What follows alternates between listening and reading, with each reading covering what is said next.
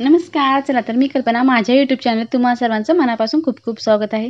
आता ह्या ठिकाणी आपण गावरान पद्धतीनं आंब्याचं लोणचं बनवलेलं आहे. अगदी साधी सोपी पद्धत आहे. जसं आपण गावाकडे साध्या पद्धतीचं लोणचं कमी तेलामध्ये बनवतो त्या पद्धतीचं हे लोणचं आहे. अगदी चटपटीत तोंडाला पाणी सुटणारं. चला तर पाहूया. आता ह्या ठिकाणी एक आंबा घेतलेला आहे आपण, गावरान आंबा आहे हा. तुम्ही कुठल्याही प्रकारचा आंबा घेतला तरी सुद्धा चालतो, पण थोडा आंबट आंबा असला की लोणचं जे आहे ते वर्षभरासाठी जे बनवतो ते चांगलं टिकतं, खराब होत नाही. त्यामुळे आवर्जून तुम्ही जे लोणच्याचे आंबे असतात तेच तुम्ही पाहून घ्या. सुरुवातीला आंबे स्वच्छ धुवून घ्यायचे आणि पुसून घ्यायचे. आता ह्या ठिकाणी आपल्याला हव्या त्या आकारामध्ये, लहान मोठ्या आकारामध्ये आपल्याला कैरीची जे आहे ते आपल्याला कट करून घ्यायचे आहेत.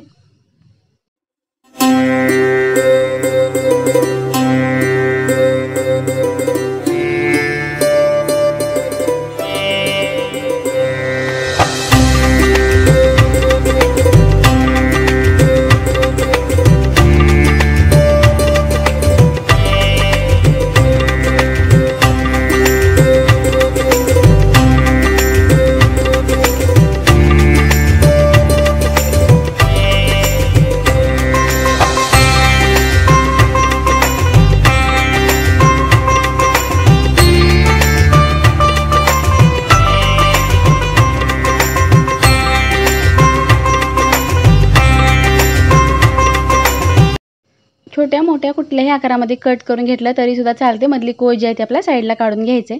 आता ह्या ठिकाणी आंबा जो आहे तो कट करून झालेला आहे. त्यासाठी आपल्याला एक मसाला बनवायचा आहे.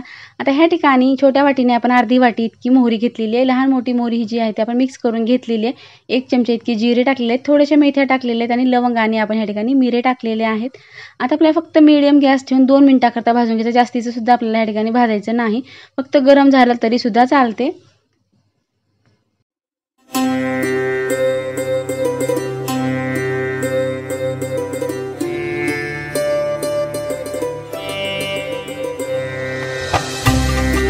गरम करून घेतल्यानंतर थोडंसं थंड करून आपण आता हे मिक्सरला ह्याचं एक वाटण तयार करून घेणार आहोत.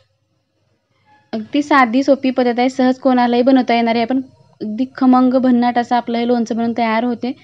आता ह्या ठिकाणी त्याच पॅनमध्ये आपण 2 चमचे इतकंच तेल टाकलेलं आहे. जास्त तेल टाकायचं नाही.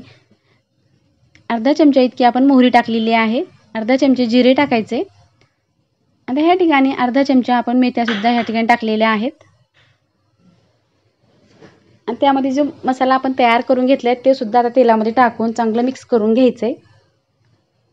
1-2 मिनिटाकरता आपल्याला असंच हलवत राहायचंय. आता ह्या ठिकाणी आपण गॅस बंद केलेला आहे. गॅस आपण जेव्हा मसाला टाकतो तेव्हा गॅस बंद करायचा, गॅस चालू ठेवायचा नाही. अर्धा चमचा इतकी आपण हळद टाकलेली आहे. 1 चमचा इतकं लाल तिखट टाकायचं आहे. पाव चमचा आपण ह्या ठिकाणी मीठ टाकलेलं आहे. लाल तिखट मीठ आपल्या चवीनुसार आपण कमी जास्त करू शकतो. आता व्यवस्थित आपल्याला फोडणीमध्ये पूर्ण लाल तिखट मीठ मिक्स करून घ्यायचे. आता गॅस बंदच करून आपण पूर्ण मसाला जो आहे तो लाल तिखट मीठमध्ये व्यवस्थित मिक्स करून घेतलेला आहे. आता मिक्स करून झाल्यानंतर आता ह्यामध्ये जे आपण आंब्याच्या फोडी करून घेतलेल्या आहेत त्या फोडी आता आपण ह्यामध्ये टाकून देणार आहोत. आंब्याच्या फोडी टाकल्यानंतर सुद्धा आपल्याला आणखीन थोडंसं चांगलं मिक्स करून घ्यायचं आहे. इतकं खमंग आणि टेस्टी अगदी कमी साहित्यामध्ये गावरान पद्धतीनं जर तुम्ही असं लोणचं बनवलं तर अगदी 1 भाकरी जागी 2 भाकरी तर नक्कीच खाणार. जेवणाची अगदी चव दुपटीने वाढते. तुम्ही नक्की ट्राय करून पहा. साध्या सोप्या पद्धतीनं लोणचं आपण या ठिकाणी बनवलेलं आहे.